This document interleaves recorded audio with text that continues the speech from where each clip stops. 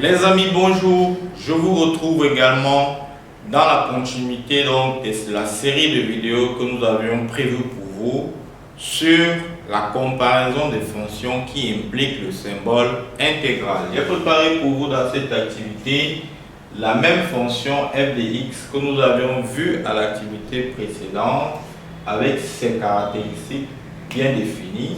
Première question, on nous demande ici de démontrer que pour tout t appartenant à 1 plus l'infini, 1 est plus petit que f de t. Et deuxième question, de déduire que pour tout x appartenant à 1 plus l'infini, nous avons ceci. Je rappelle donc des propriétés, les caractéristiques essentielles que nous devions avoir. On nous a dit déjà dans l'énoncé que pour tout x appartenant à 0 plus l'infini, ln de x est inférieur à x moins 1. Deuxième chose, f de x est défini par intégrale de 1 à x de f de t dt. Sans plus tarder, donc, on va passer donc à la résolution de notre activité. La première question, on nous demande de montrer ceci. Alors, pour montrer cela, je vais rapidement faire une petite démonstration pour montrer comment est-ce qu'on se comporte lorsqu'on est imputé.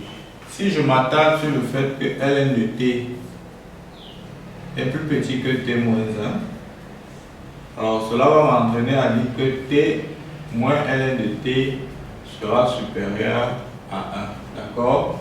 Maintenant qu'on va inverser, ça veut dire que 1 sur t moins ln de t à son tour sera plus petit que 1. Ok. Je crois qu'à ce niveau, on a déjà suffisamment d'informations là-dessus. On multiplie par t, ça nous induit à t sur t moins ln de t inférieur à t, t étant positif. Voilà. Vous voyez que quand on a ceci, ça, c'est pas ce qu'on avait là. C'est pas ce qu'on recherche. Donc, passer par l'inégalité ln de t inférieur à t moins 1 ne nous aide pas. Donc, comme ça ne nous aide pas, ce qu'on va faire, on va donc reprendre et chercher un autre point de départ. On va se parler de quoi, par exemple, comme point de départ. Comme point de départ, nous savons également que si t est supérieur à 1, par exemple, d'accord, ça veut dire que ln de t lui-même est supérieur à 0, ok. Ça veut donc dire que moins ln de t à son tour est inférieur à 0, ce qui veut dire que t moins ln de t, qui est le dénominateur, c'est-à-dire j'ajoute partout t, sera lui plus petit que t, ok. Et donc, au final, en inversant, 1 sur t moins ln de t sera donc plus petit, supérieur à 1 sur t. Je multiplie partout par t qui est un nombre positif. J'ai donc t sur t moins ln de t qui est donc supérieur à t sur t. Et vous savez que t sur t n'est rien d'autre que 1, c'est-à-dire que j'aurai f de t qui sera supérieur à 1.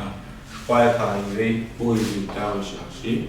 On a donc f de t qui est donc inférieur ou égal. On a donc 1 qui est donc inférieur ou égal à f de t. Donc voilà les amis, voilà comment ça se passe.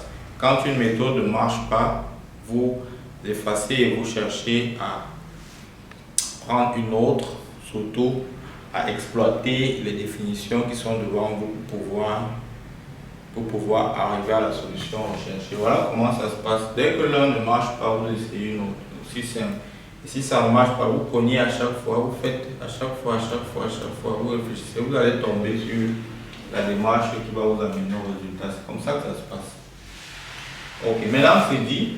On veut donc passer à la deuxième. On demande de déduire que pour tout x appartenant à 1 plus l'infini, x moins 1 inférieur à f de x. Je parle du fait que pour tout t appartenant à 1 plus l'infini, 1 est plus petit que f de t. Vous voyez que quand on dit ça, ça veut dire je veux montrer ceci. Donc je veux prendre mon x, prendre soit x appartenant à 1 plus l'infini. Vous voyez ici, mon x est supérieur à 1. Donc, comme 1 est inférieur à f de t sur cet intervalle, en mettant dans l'intégrale, le sens de l'inégalité ne va pas changer. Donc, j'aurai intégrale de 1 à x de 1 dt sera lui plus petit que intégrale de 1 à x de f de t dt. Ok? Or, si je calcule cette intégrale, ça va me faire donc primitive de 1 qui est t, appliquée entre 1 et x, sera donc plus petit que f de x. Or, cette primitive n'est rien d'autre que x moins 1 qui est plus petit que f de x. Et nous sommes arrivés au résultat, les amis. Voilà comment ça se passe.